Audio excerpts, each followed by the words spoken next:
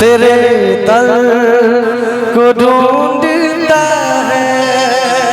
लेकिन हम कहते हैं अब ये जमाना के सब क्यों दौर के ना ढूंढेलो, कई जन के ढूंढेला। हम कहते नहीं कि हम बड़े थे मासूम बेलिहाज बन गए।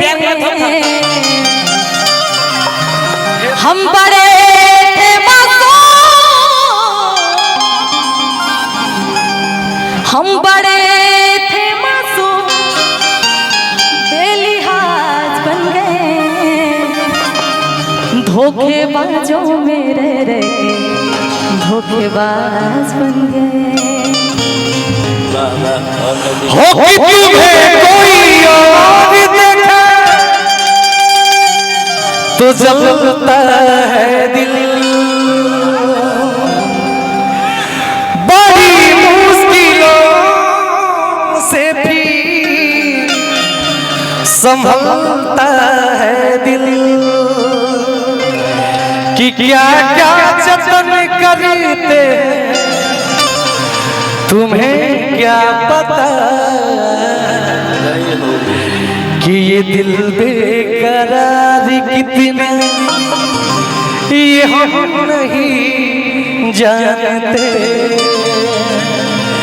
मगर जी नहीं सकते तुम्हारे बिना।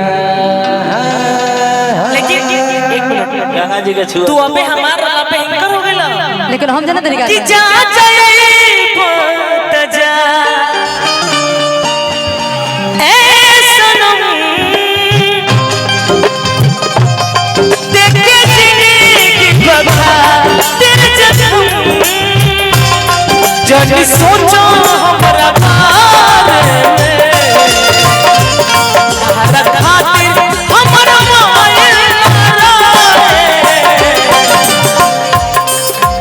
प्यार कल परसों के कोई रहे भुला गइला से कैसे भाई रहे।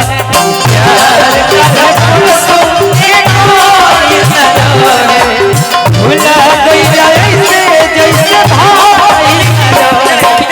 हम कहता नहीं रहो कहानी बनी चाहे दुश्मन जमाना सलामत रहेगा चाहे दुश्मन जमाना सारा सलामत रहेगा दोस्ताना हमारा।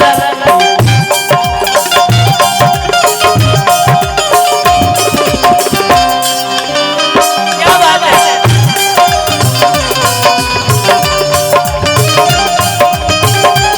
लेकिन जनत नहीं हम का कहो इश्क और प्यार का मजा लीजिए। चलने वाले को चलने दीजिए। इश्क और प्यार का मजा लीजिए, थोड़ा इंतजार का मजा लीजिए, थोड़ा इंतजार का मजा लीजिए। भोजपुरी में कुंवारे के प्यार में कुंवारे के प्यार में मजा आएगा। कुंवारे के प्यार में मजा आएगा। कुछ भी कहिए जो पहले का प्रेम जो छोटा के होला लूटत लहार में मजा आएगा।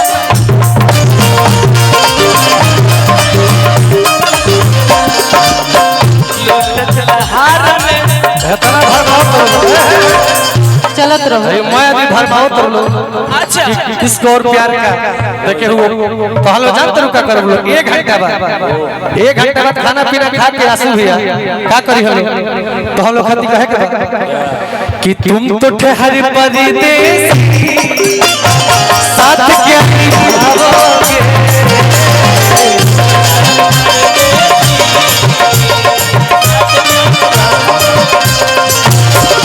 तुम तो ठहर परदेसी साथ क्या निभाओगे।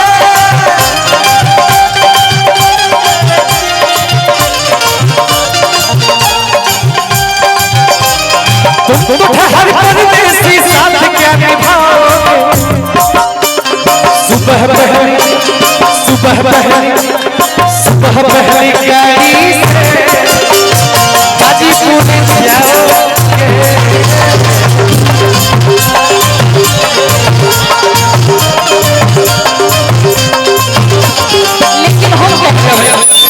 हम कहेंगे खाली बाकी बोलिए गाली जब खत्म हो जब खाई पी संग ही गाली अर्चना जाइए अर्चना आ जाइए रोज संग का तो माइक ले बंद चलते चलते हम कर देंगे अरे की हम अरे 5